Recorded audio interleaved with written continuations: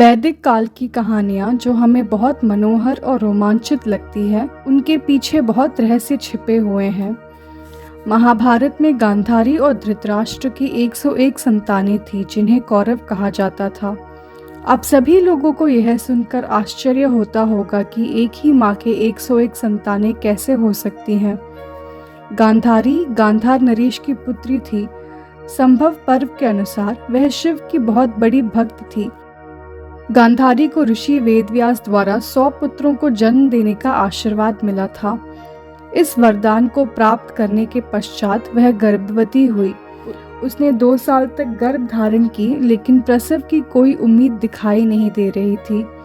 उसी समय कुंती ने अपने प्रथम पुत्र युधिष्ठिर को जन्म दिया, जो सूर्य के समान उज्जवल था।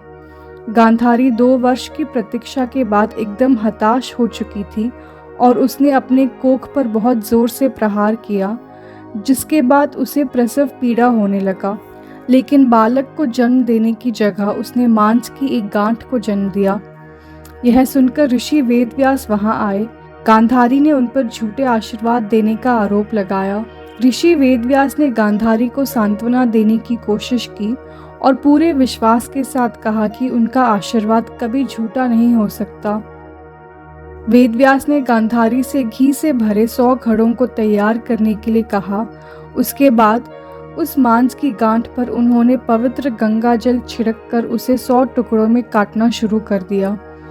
उसी समय गांधारी को एक पुत्री की इच्छा हुई और उसने ऋषि के सामने अपनी इच्छा प्रकट की। ऋषि ने उसमें से एक और टुकड़ा काट दिया। इस प्रकार मांस के 101 टुकड़े किए गए। उन्होंने प्रत्येक टुकड़े को अलग अलग घड़े में डालकर उसे गुप्त स्थान पर रखवा दिया। उन्होंने कहा कि जब तक वे आदेश नहीं देते तब तक घड़े को कोई न खोले। कई महीने बाद वेदव्यास ने गांधारी के प्रथम पुत्र को जन्म लेते हुए देखा, जिसका नाम दुर्योधन रखा गया। उसी समय पांडु के दूसरे पुत्र भीम का भी जन्म हुआ। 1 महीने के बाद धृतराष्ट्र के 99 पुत्र और एक पुत्री का भी जन्म हुआ।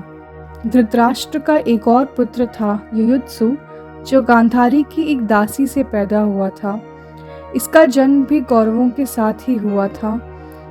महाभारत के युद्ध के बाद युयुत्सु एक लौता कौरव था जो जीवित बचा। तो यह था कौरवों के जन्म से जुड़ा हुआ सच। महाभारत का युद्ध धर्म की रक्षा के लिए लड़ा गया था, जिसमें कौरव अधर्मी तथा पांडव धर्मी थे। महाभारत के रचयिता महर्षि वेदव्यास के बोलने पर महाभारत को स्वयं गणेश जी ने लिखा था। इसके सूत्रधार स्वयं श्री कृष्ण थे, जिन्होंने धर्म की लड़ाई में पांडवों का मार्गदर्शन किया।